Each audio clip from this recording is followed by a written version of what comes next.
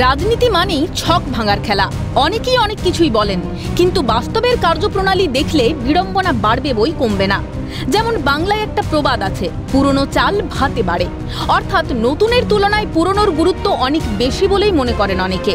কিন্তু নবীন প্রবীণের দ্বন্দ্ব রাজ্য রাজনীতিতে এমন জেঁকে বসেছে যে কে কার থেকে পিছিয়ে সেটার প্রমাণে মন্তব্য পাল্টা মন্তব্যের সরগরম হয়ে উঠেছিল রাজ্য রাজনীতি। এই বিতর্কে নবতম সংযোজন দিলীপ ঘোষ। বিজেপির প্রাক্তন রাজ্য সভাপতি বর্ধমান দুর্গাপুর আসন থেকে পরাজিত হয়েছেন। তারপর থেকেই বিভিন্ন ধরনের মন্তব্য করতে শোনা যাচ্ছে বর্ষিয়ান এই বিজেপি নেতাকে। বিজেপির খারাপ ফলের কারণ হিসেবে পুরনো বিজেপি কর্মীদের গুরুত্ব না দেওয়ার কথাও বলছেন অনেকে। এই শিবিরের দাবিকে মান্যতা দিয়েছেন খোদ দিলীপ ঘোষ। পুরনোদের পক্ষে সওয়াল করে প্রথমে মন্তব্য, তারপর সোশ্যাল মিডিয়াতে ওল্ড ইজ গোল্ড পোস্ট। ওরা সবসময় ওল্ড ইজ গোল্ড, পুরনোদের ছেড়ে দিলে বিজেপি থাকবে না, সেটা অন্য। দিলীপ ঘোষের এই মন্তব্যে অভিষেক বন্দ্যোপাধ্যায়ের করা বয়স রাজনীতির কথাকেই কার্যত মনে করিয়ে দিল।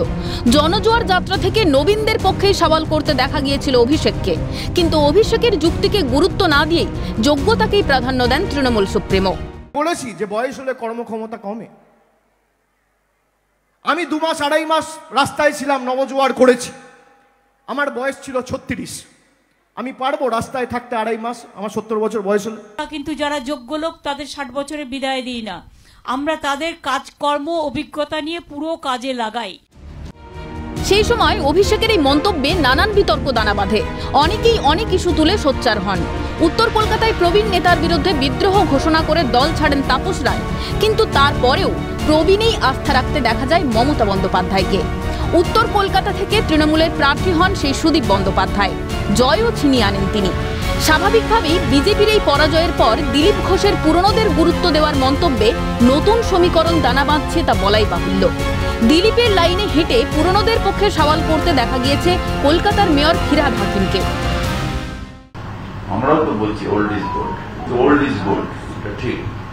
দুটো রকমের দল লাগে, একটা হচ্ছে নবীন প্রজন্মকে লাগে যারা উদ্যম নিয়ে এগিয়ে যায়, আর একটা লাগে হচ্ছে পেছনে এক্সপিরিয়েন্স, যারা এক্সপিরিয়েন্স করে তারা ঠিক মতন দলটা চালনা করার জন্য তাদের মতামত দেয়, তাদের যে এটা করে। তার কারণ আন্দোলন করে উঠে আসলে তবেই তার অভিজ্ঞতা হয়। সেই আন্দোলন থেকে অভিজ্ঞতা করে নিয়ে নতুন প্রজন্মকে দিক নির্ণয় করে দিলে সেখানে তারা আবার নতুন আন্দোলন করতে পারে। তাই ওল্ড ইজ গোল্ড। আর এখানেই প্রশ্ন উঠছে, অভিষেকের নবীন প্রবীণ যুক্তি কি দলে উপেক্ষিত?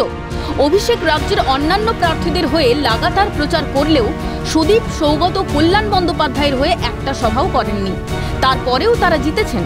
তাহলে কোথাও কি রাজনীতির ভারে মুহ্যমান নবীন? প্রশ্নটা কিন্তু থেকেই যাচ্ছে। ক্যালকাটা নিউজ।